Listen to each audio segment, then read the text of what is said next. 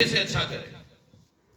लेकिन अब जो 2020 करिकुलम है ये कहता है कि स्टूडेंट्स को ज्यादा से ज्यादा इन्वॉल्व करें। ये अब एक्टिविटी बेस्ड करिकुलम है। ये करिकुलम रिकमेंड करता है कि जो भी एक्टिविटीज करिकुलम के अंदर शामिल है वो बच्चों से लाजमी करवाई जाए, स्टूडेंट्स को इन्वॉल्व ज्यादा से ज्यादा किया जाए, क्योंकि जब तक स्टूडेंट्स को इन्वॉल्व नहीं किया जाएगा लर्निंग जो है वो मैक्सिमम नहीं होगी। तो ये कुछ पॉइंट्स थे करिकुलम के हवाले से, सिंगल नेशनल करिकुलम के हवाले से, नेशनल करिकुलम 2006 के हवाले से। अब हम बात करेंगे कि जो सिंगल नेशनल करिकुलम है वो कौन कौन से सब्जेक्ट्स का मुतारिफ करवाया गया। तो सबसे ये एक लिस्ट है आपके सामने, अगर आप इसे नोट करना चाहें कि कौन कौन से सब्जेक्ट्स और कौन कौन सी क्लासेस हैं जिनका करिकुलम अभी तक इंट्रोड्यूस किया गया है। तो सबसे पहले जी हमारे पास ECCE, अगर आप एक लिस्ट बनाना चाहें तो मैं साथ साथ बोलता भी जाऊंगा ताकि आपको लिखने में आसानी हो। तो सबसे पहले करिकुलम है जी ECCE। ECCE stand for what? Early childhood care and education. ये जो करिकुलम है ये है प्री स्कूल के लिए। और प्री स्कूल में कितनी क्लासेस होती हैं टीचर्स? प्री स्कूल में कितनी क्लासेस होती हैं? 3। कौन कौन सी? Play group, nursery and prep. तो इन 3 क्लासेस के तमाम तर सब्जेक्ट्स के लिए ये एक जिल्द है, ये एक बुक है, इसके बारे में हदायत इस एक बुक में लिखी हुई है। उसके बाद है इंग्लिश। इंग्लिश है for class 1 to 5। English class 1 to 5। उसके बाद है इस्लामियात 1 to 5।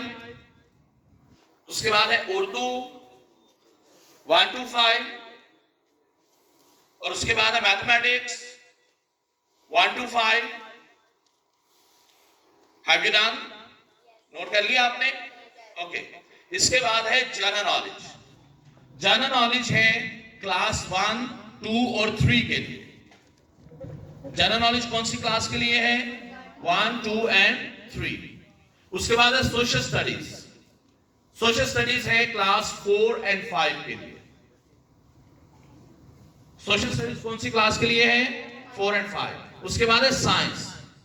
साइंस है क्लास 4 एंड क्लास 5 के लिए। Have you done? लिस्ट हो गई कंप्लीट? ओके। अब यहां कुछ इंटरेस्टिंग पॉइंट्स हैं जो आपने सुनने और समझने हैं। जरा इस लिस्ट को देखें और मुझे बताएं कि वो कौन से सब्जेक्ट्स हैं जो क्लास 4, 5 में तो हैं लेकिन 1, 2, 3 में नहीं है। Science and SST। Science and SST ये वो सब्जेक्ट्स हैं जो क्लास 4, 5 में तो हैं लेकिन 1, 2, 3 में भी हैं। कैसे हैं? General knowledge. General knowledge is the composite of science and SST। General knowledge basically ये क्या है? ये साइंस और SST के जो टॉपिक्स हैं, उसके जो यूनिट्स हैं, उनको मिला के डिजाइन की गई है। अगर कोई आपसे पूछे कि मैम, सर, क्या आपके स्कूल में आप क्लास 1 में साइंस नहीं पढ़ाई जाती? तो हमारा जवाब क्या होना चाहिए? पढ़ाई जाती है। कैसे? General knowledge. जनरल नॉलेज में साइंस भी है और SST भी। अगर कोई हमसे पूछे कि सर, मैम, क्या आपके स्कूल में क्लास 2 में आप SST नहीं पढ़ाई जाती? तो हमारा जवाब क्या होना चाहिए? पढ़ाई जाती है। कैसे? General knowledge. इसकी मिसाल मैं कुछ यूं दूंगा कि अगर आप गौहर जनरल नॉलेज बुक 1 खोलेंगे और उसे पढ़ेंगे, उसकी कंटेंट लिस्ट देखेंगे, तो उसमें टोटल 14 यूनिट्स हैं। तो 14 में से 10 यूनिट्स ऐसे जिनका ताल्लुक SST से है और 4 यूनिट्स ऐसे जिनका ताल्लुक साइंस से है। जब आप क्लास 2 की बुक खोलेंगे तो उसमें आप देखेंगे कि टोटल 16 यूनिट्स हैं। 16 में से 6 का ताल्लुक साइंस से है और 10 का ताल्लुक SST से है। और क्लास 3 की जब जनरल नॉलेज की बुक आप खोलेंगे तो उसमें 7 यूनिट्स SST के हैं और 9 साइंस के हैं। ये बताने का मकसद ताकि आपको पता हो कि जो जनरल नॉलेज है वो साइंस और SST को मिला के बनाई गई है। दूसरा कि आप देख रहे होंगे कि जो साइंस है इसका पोर्शन ग्रेजुअली बढ़ रहा है। क्लास 1 में 4 यूनिट, क्लास 2 में 6 और क्लास 3 में 9 यूनिट्स। रीजन, क्योंकि जिस एज में जिन टॉपिक्स की बच्चों को ज्यादा जरूरत होती है उन्हीं यूनिट्स और टॉपिक्स को ज्यादा तादाद में शामिल किया गया। क्लियर? एक और इंटरेस्टिंग पॉइंट कि जो पंजाब है, पंजाब में जनरल नॉलेज का नाम जनरल नॉलेज नहीं है। पंजाब में जनरल नॉलेज का नाम है वाकफियत आमा। कोई बता सकता है ऐसा क्यों है? एनीवन? आसान समझने के लिए। और ये क्यों है? क्योंकि वाकफियत जनरल नॉलेज है ये पंजाब में उर्दू मीडियम में है, यानी इसका जो मीडियम है वो उर्दू है। और जो एसएसटी है, एसएसटी का नाम भी एसएसटी नहीं है, इसका क्या नाम है? माशरती आलू। क्यों? क्योंकि ये भी उर्दू में है। वैसे मैं तो बहुत एक्साइटेड हूं कि अब हम फिर से पढ़ाएंगे सदा मुर्तफा पोटोहार, फिर से हम पढ़ाएंगे कुतुबे शुमाली कुतुबे जनूबी, जो कभी याद नहीं होता जो फिर से हम पढ़ाएंगे तूल अर्ज बल्द। हाँ, वैसे आपके यहाँ पहले जो एसएसटी है वो इंग्लिश में पढ़ाई जाती थी या उर्दू में? इंग्लिश में। और आप कौन सी लैंग्वेज में पढ़ाई जाएगी? तो ये सही रहेगा। हाँ, फायदा होगा इससे। तो क्यों? क्योंकि जो सोशल स्टडीज है, social studies is about society. तो जब आप सोसाइटी की बात करते हैं तो सोसाइटी में जो इमीडिएट सोसाइटी है बच्चे की वो है उसके पेरेंट्स।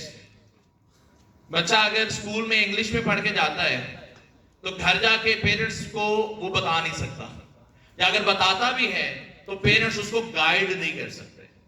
वो अगर बच्चा घर जाके बताए कि मामा मेरा ना आज मेरे दोस्त से डिसएग्रीमेंट हो गया, वो मामा सर पकड़ के बैठ जाएंगे, पता नहीं कौन से पेपर पे साइन कर रहा है, क्योंकि एग्रीमेंट डिसएग्रीमेंट कुछ पेपर टाइप होता है। तो अगर यही वो उर्दू में जाके कहेगा कि मामा मेरा ना आज मेरे दोस्त से इख्तलाफ हो गया, तो मामा उसे गाइड करेंगे कि बेटा अभी आपको इस सिचुएशन में क्या करना चाहिए या क्या नहीं करना चाहिए। तो अब पेरेंट्स की इन्वॉल्वमेंट बढ़ जाएगी। पेरेंट्स अब बच्चों को गाइड कर सकेंगे, जिसके रहते क्या होगा, जो चीज बच्चा स्कूल में सीख कर आएगा वो उसे इंप्लीमेंट भी आसानी से कर सकेगा। एग्री करते हैं? यस और नो? यस और नो? जी जी जी।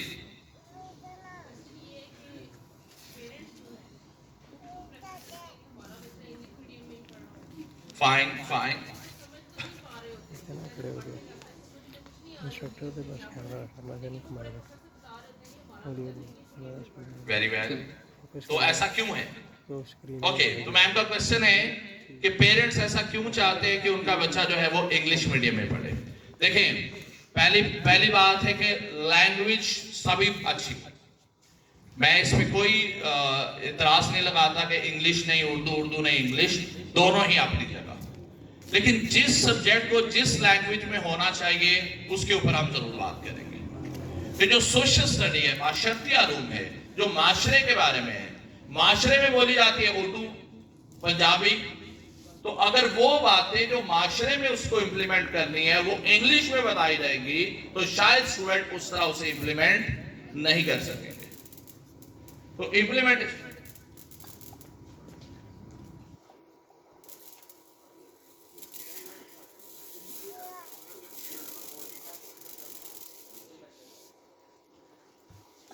और जो माशरे के अंदर है तो वो उर्दू जो है वो उसमें से होना चाहिए।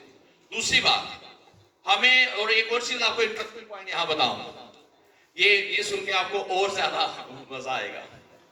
ये जो जनरल नॉलेज है ये पंजाब में उर्दू में है और केपीके में इंग्लिश में है, और जो माशरती उलूम है वो पंजाब में उर्दू में है और केपीके में इंग्लिश में है। तो ये भी थोड़ा सा हो रहा होगा कि वहां क्या माशरे में इंग्लिश बोली जाती है। तो जैसे मैंने पहले आपको कहा कि लैंग्वेज से हमें कोई एतराज नहीं है, लेकिन ये गवर्नमेंट ने अभी जो पॉलिसी है उनकी, गवर्नमेंट के मुताबिक कि पंजाब में ये उर्दू में ही पढ़ाई जाएगी। But being a publisher, being a school, हमारी जो है वो गवर्नमेंट है, इनसे बात चल रही है। हम ये नहीं कहते कि आप उर्दू में पढ़ाएं, हम गवर्नमेंट को ये नहीं कहते कि हमारे स्कूल्स इंग्लिश में पढ़ाते हैं इसलिए आप भी इंग्लिश में ही पढ़ाएं, लेकिन ये जरूर है कि जो जिस लैंग्वेज में पढ़ाना चाहता है उसे अलाउ किया जाए। जो उर्दू में पढ़ाना चाहे वो उर्दू में पढ़ाए, जो इंग्लिश में पढ़ाना चाहे वो इंग्लिश में पढ़ाए। इससे ना गवर्नमेंट को एतराज होना चाहिए ना हमें। तो इसके रहते हमारी गवर्नमेंट से बात चल रही है, मुमकिन है कि अगले साल तक ये पाबंदी खत्म कर दी जाए। जो स्कूल्स एसएसटी इंग्लिश में पढ़ाना चाहेंगे वो भी पढ़ा सकेंगे, जो उर्दू में पढ़ाना चाहेंगे वो भी पढ़ा सकेंगे। तो ये थे जी ओवरऑल सब्जेक्ट्स और क्लासेस। तो अभी तक जो करिकुलम मुतारिफ किया गया है वो प्ले ग्रुप से लेके क्लास 5 तक मुतारिफ किया गया है। अब यही में भी आपके माइंड में सवाल आ रहा हो कि जो class 6, 7, 8, 9, 10 first year second year उनका क्या अभी उनके लिए कोई करिकुलम नहीं है? तो उनके लिए भी करिकुलम है। अभी तक वो कौन से करिकुलम के मुताबिक पढ़ रहे हैं? 2000, आवाज नहीं आई, 2006। तो आज के जो पॉइंट्स हैं ये उनके लिए भी उतने ही मुफीद होंगे। जो टीचर 9, 10 को पढ़ा रहे हैं उनके लिए भी ये पॉइंट्स उतने ही मुफीद होंगे, क्योंकि आज के सेशन में हम बात करेंगे कि करिकुलम को समझना कैसे और उसे इंप्लीमेंट कैसे करना है, चाहे 2020 हो चाहे 2006 हो। तो ये तो ओवरऑल हमने करिकुलम को देखा। अब हम इंडिविजुअली बात करेंगे, और इंडिविजुअली हम सबसे पहले बात करेंगे ईसीसीई पे। ईसीसी क्या है? Early childhood care and education. 2006 में